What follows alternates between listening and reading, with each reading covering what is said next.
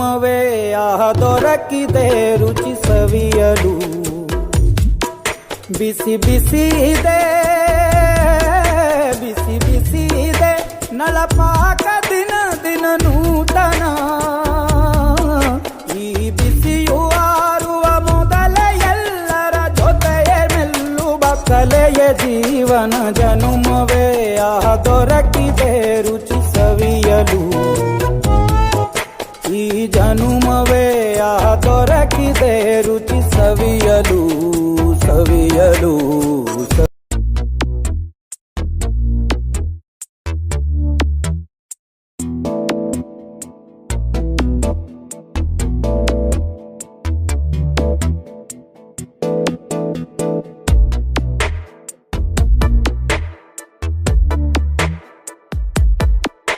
ಈ ಜನುಮವೇ ಆಹ ದೊರಕಿ